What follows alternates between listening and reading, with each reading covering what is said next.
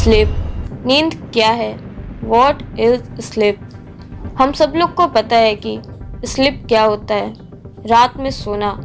But क्या आपको पता है कि अगर हम लोग बहुत दिन तक नहीं सोए तो क्या होगा? एक एस्टिमेशन के हिसाब से इंसान बिना सोए 5 से 7 दिन तक हेल्दी रह सकता है, अगर वो बहुत ज़्यादा स्ट्रांग हो तो। बट आज आप एक ऐसे हॉरिफिक एक्सपेरिमेंट के बारे में जानने वाले हो जो कि सुन के आपको ये फील हो जाएगा कि क्या होते हैं दानव और बिना नींद के क्या क्या हो सकता है। आप इस वीडियो को बंद कर सकते हो अगर आपको इस पे विश्वास ना हो तो।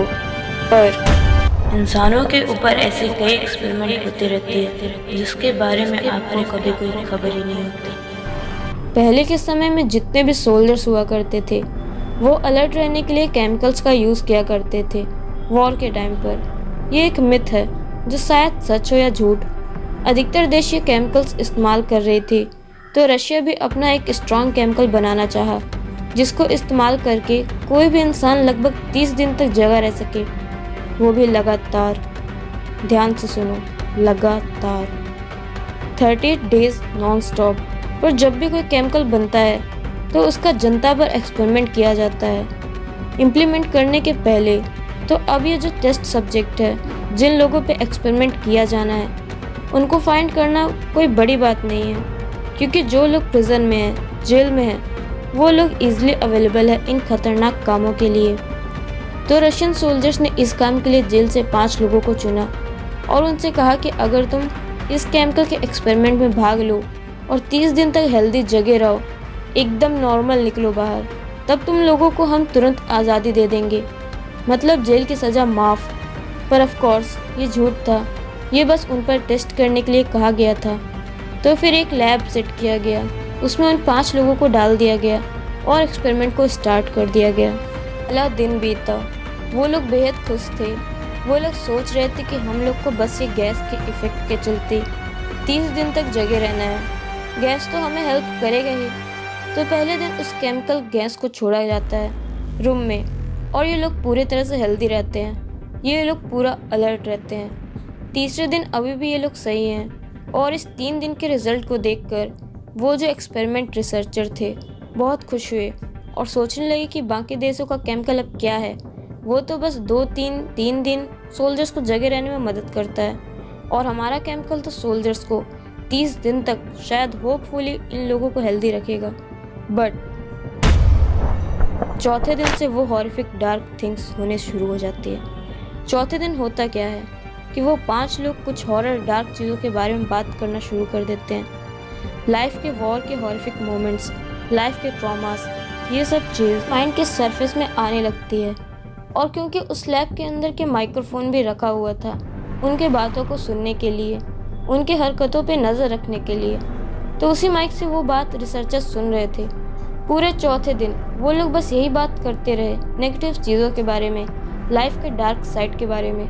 डे 5, 5वां दिन, और ये और भी ज़्यादा वॉर्स होता है। 5th डे के मॉर्निंग वो लोग आपस में एक दूसरी भाषा में बात करने लगते हैं और ऐसा लगता है कि वो लोग अपने बातों को समझ पा रहे हैं और बहुत हॉरिफिक चीज़ें करने लगते हैं। वो लोग के अंदर पागलपन नज़र आता है। वो लोग आपस में बात करते हैं, कभी कभी खुद से ही बात करने लगते हैं और कभी कभी इधर से उधर भागने लगते हैं। बट 5 से डायरेक्ट चलते हैं डे 9 में। इस दिन एक ऐसी चीज़ होती है जो कि सारे हदों को पार कर देती है।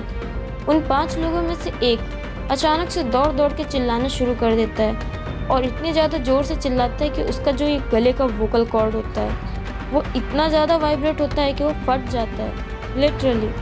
और जैसे ही फटता है वो अचानक से सो जाता है, उसे नींद आ जाती है। उसके सोते ही वो 4 लोग माइक पे विस्पर करने लगते हैं, कुछ बोलने लगते हैं। तब उनको लगा कि ये गैस की वजह से हो रहा है, ये कम सोने की वजह से रिसर्चर्स को, और उनमें से कोई श्योर नहीं था कि ये क्यों हो रहा है। रिसर्चर्स का ये मानना था कि नहीं सोने की वजह से लोग पागल होते हैं, पर इतना भी नहीं कि वो इतने ज़ोर से चिल्ला के अपना गला ही फाड़ लें।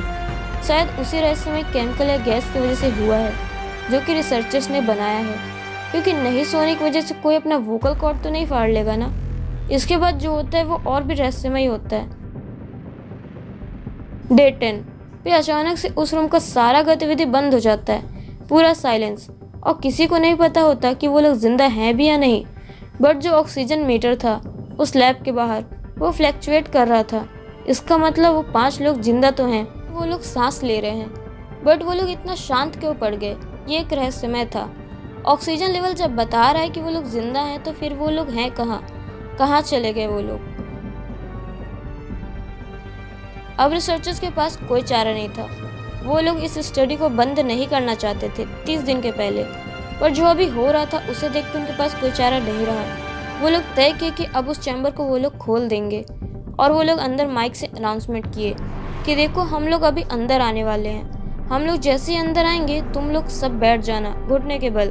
अगर कोई मूवमेंट किया तो हम लोग उसे गोली मार देंगे, और अगर तुम हम लोग के साथ कॉम्प्लाई करोगे, हमारी बात मानोगे, तो तुम में से किसी एक को तुरंत फ्रीडम मिल जाएगा, तुम्हें जेल से आज़ादी मिल जाएगी। तभी उस गहरी साइलेंस के बीच से अंदर से एक आवाज़ आती है, हम लोग फ्री नहीं होना चाहते। तो इसका मतलब क्या है? क्या वो लोग थे या फिर उस गैस से एडिक्टेड हो गए थे? क्या सही था? इस चीज़ को टेस्ट करने के लिए रिसर्चर्स चैम्बर को खोलने से पहले एक काम किए। वो लोग सारे गैस को ख़त्म करके उस गैस लेवल को कम करके फ्रेश एयर अंदर जाने दिए नॉर्मली, और तुरंत अंदर से सब चिल्लाने लगे। वो लोग पागलों की तरह उस गैस को मांग रहे थे। अब उन लोगों की हिम्मत नहीं हो रही थी कि चैम्बर को खोलने की। तो वो लोग डे 15 को आखिर में उस चैम्बर को खोले, और पता है उन लोगों ने क्या देखा? उन लोगों ने देखा कि पूरा एक गला हुआ बॉडी पड़ा है, मरा हुआ। एक इंसान मर चुका है, किडनी बाहर फेंका हुआ है, लंग्स बाहर फेंके हुए हैं, बट बाकी के 4 अभी भी जिंदा थे। एक डेड पर बाकी अलाइव। उसके बाद जब वो लोग बाकी 4 के ऊपर नज़र डाले तो वो सीन और भी ज़्यादा हॉरिफिक हो गया था, क्योंकि उन लोगों ने देखा कि वो लोग अपनी बॉडी को खाने लग रहे थे। खाना उन्हें चैम्बर में नॉर्मली रखा हुआ था, उनके चैम्बर में, और फर्स्ट डे ही इन्हें 30 दिन का खाना दे दिया गया था। पर वो लोग अपने बॉडी को खा रहे थे, अपने हाथ को, अपने पेट को, और अपने बॉडी के कई पार्ट्स को खोखला कर दिए थे। उनके बॉडी ऑर्गन्स पड़े हुए थे, कोई मरे हुए को खा रहे थे और कोई खुद को ही। और डरावनी बात यह है कि वो लोग ये सब एक हॉरिफिक फेस बनाकर कर रहे थे। वो लोग के फेस पर एक डेविल वाली स्माइल थी। रिसर्चर्स उनके पास नहीं जाना चाहते थे, इसलिए बैकअप बुलाया गया सोल्जर्स को, और जैसे ही वो सोल्जर्स आए वो लोग जैसा सोचे थे वैसा बिल्कुल नहीं हुआ। सोल्जर्स के अंदर जाते उनमें से एक ने एक सोल्जर्स का गला ही फाड़ दिया, थाइस को काट दिया, और उस दिन बेवजह 5 सोल्जर्स मारे गए। फिर फाइनली वो लोग अचानक से गिरकर लेट गए। तभी रिसर्चर्स उनके ब्लड में मॉर्फिन को इंजेक्ट कर दिए उनको शांत करने के लिए, बट उन लोगों पर कोई असर नहीं हुआ। उन लोगों का बस एक ही चाह था, हमें ये गैस दे दो, हमें ये गैस वापस चाहिए। शायद वो लोग एडिक्टेड हो गए थे।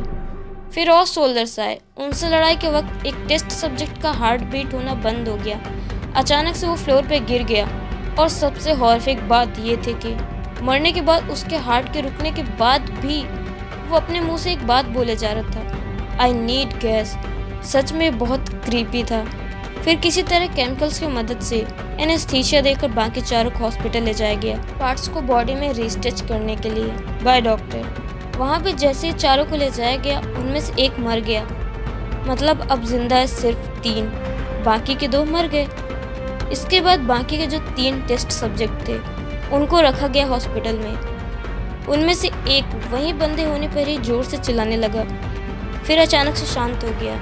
फिर जब एक नर्स उसका चेकअप करने आई तो उसको देखकर अचानक से हंसने लगा, लाइक अ डेविल। फिर वो अपने लिप्स को मूवमेंट करने लगा, ऐसा लग रहा था कि वो कुछ बोलना चाहता है। फिर किसी तरह वो नर्स उसको एक पेन और पेपर दी, और वो उस पर अपने कपकपाते हाथ से कुछ लिखा। आपको पता है उसने क्या लिखा?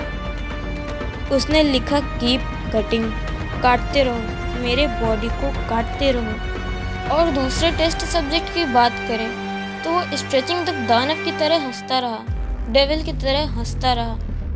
बस उसके ब्लड में वो गैस मिला हुआ था। मानो ऐसा लग रहा था उसके अंदर का डार्क ईगो एक्टिव हो चुका था।